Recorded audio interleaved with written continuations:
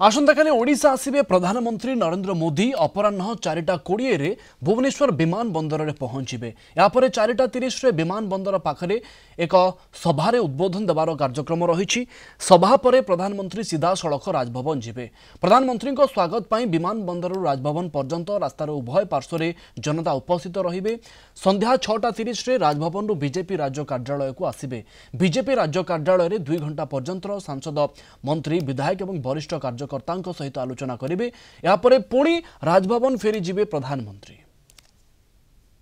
माननीय प्रधानमंत्री श्रीयुक्त नरेंद्र मोदी आसंता काली भुवनेश्वर विमान बंदर रे 4:20 समय पहुंचे।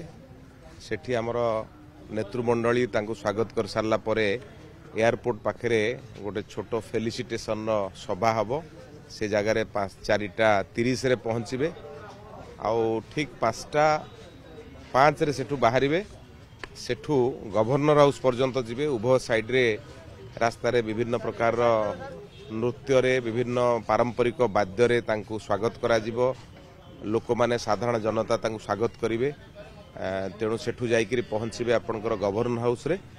आउ पुणी गवर्नर हाउस आसिकरी राज्य कार्यालय रे 6:30 रे पहुँचे। बैठक चलिबो एवं परवर्ती समय इठी तांको संगे डिनर हबो, फोटो सेशन हबो।